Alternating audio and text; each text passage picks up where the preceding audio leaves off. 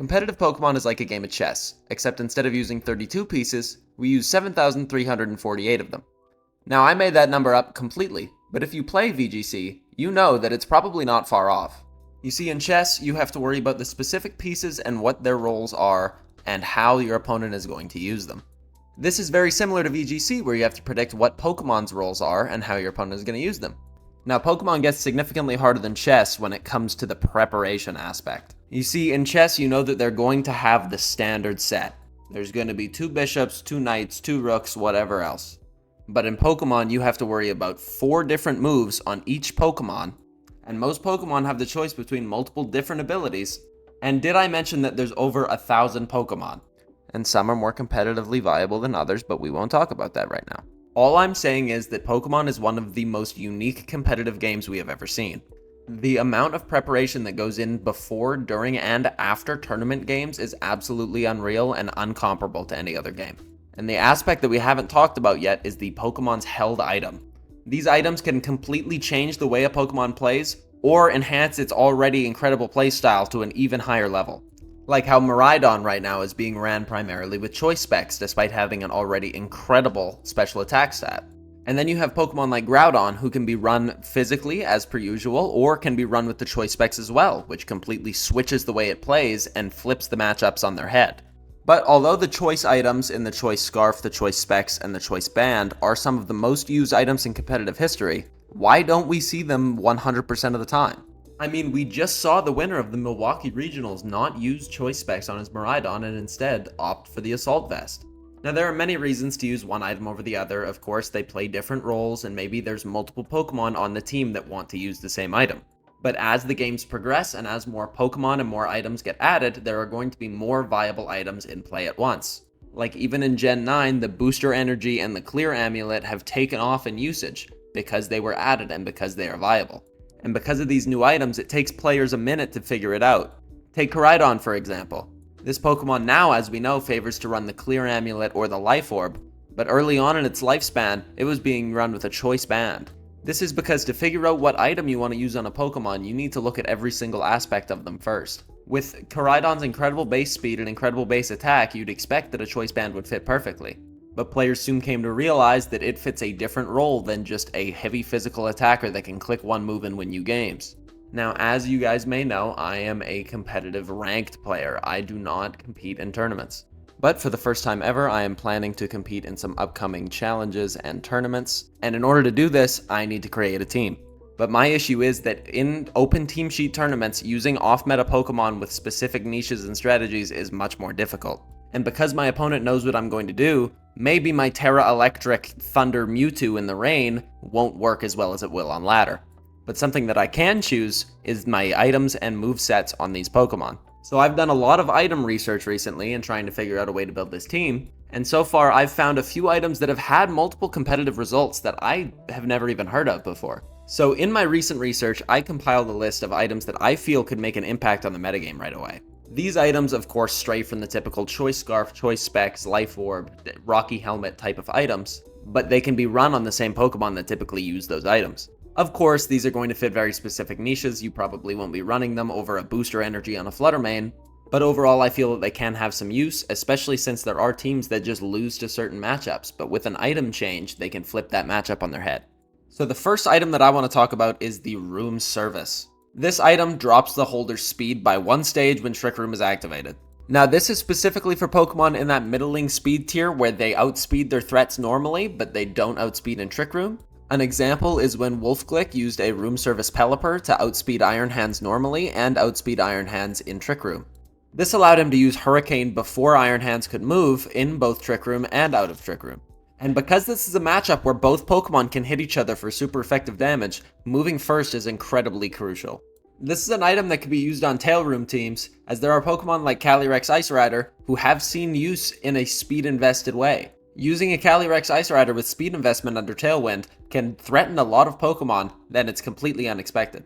But as we know, Calyrex prefers to be in Trick Room. So for these high-speed teams, you would typically use Trick Room only against high-speed opponents. But what happens when you get trapped inside Trick Room?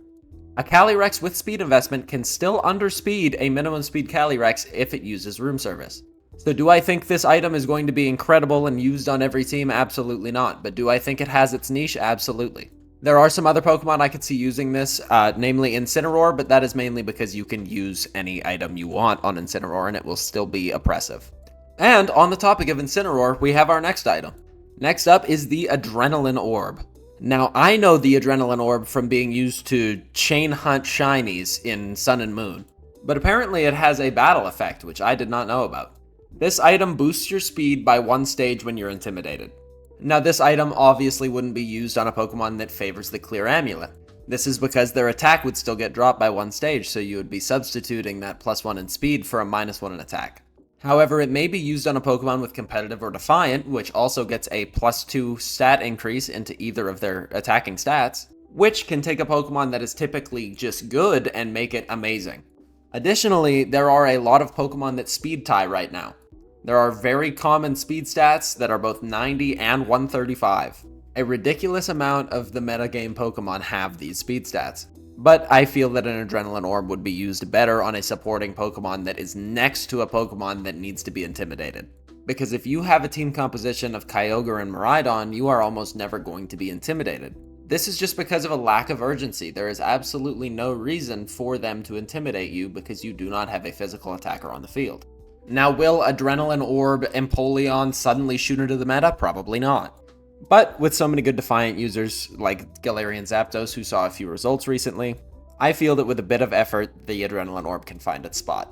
Also, shout out Unmasked Ogerpon with the Adrenaline Orb. I will be trying that set. That sounds fun. Next up, we have a few different berries that I have never heard of until researching for this video. First one up is the Jaboca Berry. This berry has a similar effect to the Rocky Helmet, other than it's a one-time use. You do not have to make physical contact with the user, it just needs to be a physical move. This means that you can break Sashes or Sturdy on Pokemon that use physical attacks that typically do not make contact, like Icicle Crash. This, along with the berries like Key and Maranga, which increase the defensive stat at which they are hit by, we could see some usage of some interesting berries moving forward. A little while ago, a player did pull up to a regional using the Maranga berry on a Garganacl. This was especially effective because it was open team sheet, meaning that players had to rack their brains for what that berry does. Because despite how long you've played Pokemon, there is absolutely no way you know what every single berry does. But all in all, I just feel like some obscure berries could always see some play, and I would love to see some of these used. I would just like to give a quick honorable mention to the Protective Pads. I believe it has seen some play on Urshifu because it does protect you from Rocky Helmet. Do I think it's very good on Urshifu? Probably not, but it is fun to see. Anyways, the next item I'd like to mention is the Focus Band. No, I'm kidding. Okay. It is actually the Utility Umbrella.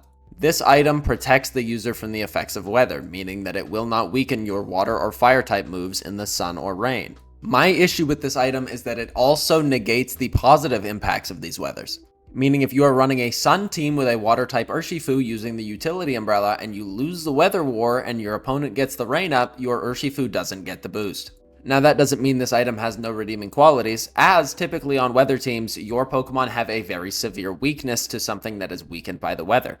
This speaks to why Zacian is so strong in partnership with Kyogre because they cover each other's weaknesses so well.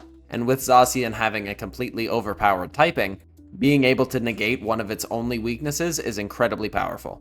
But being able to hit it with a full strength fire type move in the rain would be a way to catch your opponent off guard. But as a player who has been using weather for 10 plus years, when you win the weather war and you have your sun up or you have your rain up, you get lulled into a false sense of security. A sun team with Fluttermane and Groudon is completely susceptible to a move like Surging Strikes. And with the sun being up, that negation is going to make these water type moves negligible. But using a Utility Umbrella on something like a Kyogre or an Urshifu can catch your opponent off guard by doing massive damage even in the sun. But I would again stay away from using it on a Kyogre or an Urshifu on a rain team specifically because it ignores the positive boosts. But if you have a team composition with an Urshifu Rapid Strike and it loses to sun, maybe consider the Utility Umbrella. Alright, the last item that I want to talk about is much more standard than the rest of the items on the list. Now this item has seen some play in a very niche way, specifically around one Pokemon. This is none other than the Ability Shield. You typically wouldn't see this item, but on a team with something like a Weezing which brings Neutralizing Gas, Being the only Pokemon on the field that has a useful ability can be very impactful. We have seen it here and there on Weezing teams, such as using an ability shield on Incineroar to be able to intimidate Cycle while having a Weezing on the field, or using it on a Pokemon that sets the terrain or weather up in order to win the war automatically, or using it on a Pokemon that brings value just from being alive, like Farigiraf, could lead to some pretty interesting situations. Now, this doesn't mean I feel like the ability shield will see a lot of usage, but it does already have its niche carved out for it, which is saying a lot more than most of the things on this list. So, I'm going to be trying out some of these items in the future. I invite y'all to try some out too, and let me know what you think. If you like these type of videos, make sure to leave a like and subscribe, as it lets me and YouTube know that you want to see more. Are there any items that you think I missed, or any items that you've been using personally that you want to see used more? Let me know. Anyways, have a good day.